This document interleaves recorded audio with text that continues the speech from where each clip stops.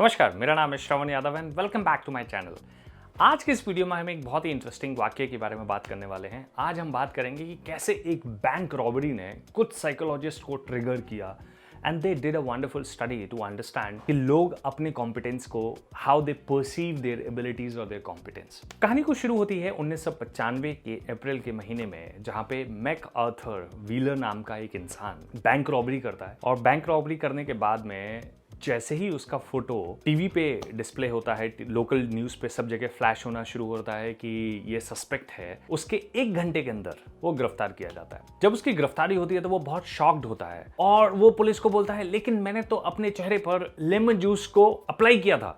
उसको ऐसा लगता था कि लेमन जूस जिससे इनविजिबल इंक बनाई जाती है वो सिक्योरिटी कैमरास को भी धोखा दे सकता है। सिक्योरिटी कैमरास में वो कैप्चर नहीं होगा अगर वो अपने चेहरे पर लेमन जूस लगाएगा, क्योंकि उसने किसी और किस्म का कोई मास्क नहीं पहना था, कुछ भी नहीं था। सो इंटरेस्टिंगली इस घटना से विफल होते हुए 2 साइकोलॉजिस्ट डेविड डानिंग और जस्टिन क्रूगर ने डिसाइड किया कि क्यों ऐसा होता है कि कुछ लोग बहुत ही कॉन्फिडेंट होते हैं और उनको अपनी एबिलिटीज पर कुछ जरूरत से ज्यादा भरोसा होता है। तो उन्होंने एक स्टडी करना शुरू किया आर्थर और उसके जैसे लोगों के ऊपर, और स्टडी में उन्होंने कंक्लूजन ये पाया कि जिस किसी को जब बहुत ज्यादा ज्ञान नहीं होता है, नॉलेज नहीं होती है, उसके कॉन्फिडेंस हाई रहता है, और जैसे जैसे वो ज्ञान पाता जाता है या जैसे जैसे उसका ज्ञान बढ़ना शुरू होता है, वो उसका जो लेवल ऑफ कॉन्फिडेंस है वो रिड्यूस होना शुरू हो जाता है। अगर इस ग्राफ पे नजर डालें, एक तरफ जहां कॉन्फिडेंस है, दूसरी तरफ जहां नॉलेज है, तो हम ये देखते हैं कि अक्सर जिनको नॉलेज कम होती है उनका लेवल ऑफ कॉन्फिडेंस हमेशा हाई रहता है, और ये एक किस्म का एक पीक उनके कॉन्फिडेंस के लेवल पे नजर आता है।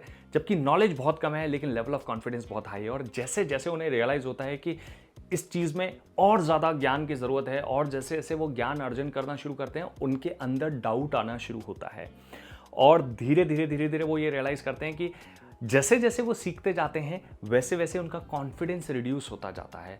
लेकिन जब वो उस चीज में लगे रहते हैं और बेहतर तरीके से सीखते हैं तो धीरे धीरे वो कॉन्फिडेंस फिर से पीक पे जाना शुरू कर देता है। लेकिन इंटरेस्टिंगली ये वाला जो पीक है, इसको कहते हैं अमाउंट ऑफ स्टूपिड। यूजुअली ये वाला जो लेवल का कॉन्फिडेंस है, कितना भी ज्ञान होने के बाद में इस कॉन्फिडेंस को मैच कर पाना बहुत मुश्किल होता है। तो इंटरेस्टिंगली कई बार हम ऐसे लोगों को देखकर हमें बहुत दुख होता है, हंसी आती है कई बार, कि जहां पे हम देखते हैं कि उनको पता कुछ नहीं है लेकिन उनका लेवल ऑफ कॉन्फिडेंस बहुत ज्यादा है। अक्सर ये पॉलिटिक्स के डिस्कशंस में हमें नजर आता है, अक्सर ये ऐसी चीजों में नजर आता है, जहां पे ऐसे डिबेट्स में नजर आता है कि जहां पे आप लोगों को बहुत ही फैनेटिक होते हुए देखते हैं। वो इतना सुपर्बली अपने किसी ऐसे आर्गुमेंट को सामने लाने की कोशिश करते हैं जो कि बहुत स्टूपिड है, बट उनका जो कन्विक्शन है उस आर्गुमेंट में वो बहुत स्ट्रांग होता है। और यूजुअली इसीलिए कहा जाता है कि जो आदमी बहुत समझदार होता है वो हमेशा डाउट में रहता है, क्योंकि नॉलेज के बाद में ना वो कॉम्प्लेक्सिटी जो है उससे भी आदमी मुखातिब होता जाता है। जैसे आपने सुना होगा कि हमारे कल्चर में एक कहावत है, और ये जो बात है ये इस स्टडी ने 95 के बाद में कंक्लूड जरूर की, लेकिन ये बात हमारे कल्चर्स में अक्रॉस द वर्ल्ड अलग अलग कल्चर्स में अलग अलग तरीके से समझाई गई है। जैसे हमारे यहाँ एक कहावत है कि अधजल गगरी छलकत जाए।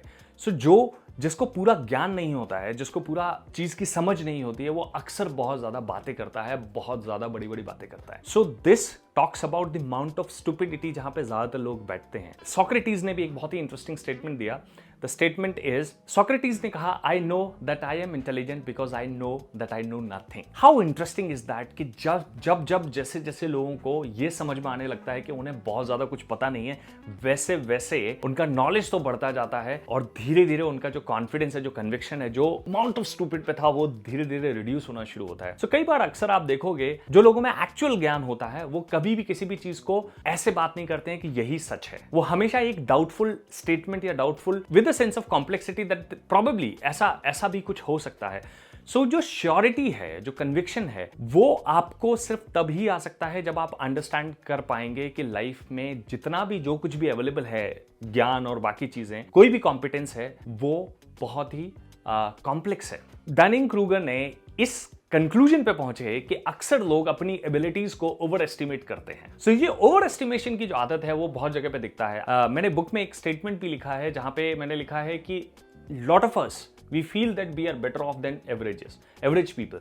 हम ज़्यादा बेहतर गाड़ियाँ चलाते हैं, हम ज़्यादा बेहतर अपनी हेल्थ का ख्याल रखते हैं, और हम ज़्यादा लोगों से पॉजिटिव रहते हैं, और हम ज़्यादा रिलेशनशिप्स को अपना जो कंट्रीब्यूशन है वो ज़्यादा बेहतर मानते हैं बजाय किसी दूसरे काउंटर पार्ट्स के।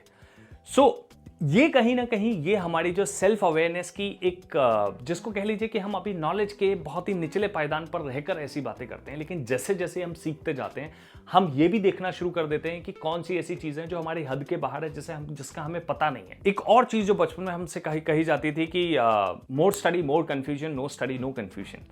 सो दैट इज वेरी एप्ट कि आप जितना ज्यादा घुसते जाएंगे चीजों में उतनी ज्यादा चीजें कॉम्प्लेक्स होती जाएंगी। So that's all from the video and do let me know in the comment like कि आपने इस चीज को कहां स्पॉट किया है, where have you spot the stupidity in people but having confidence of Mountain Everest.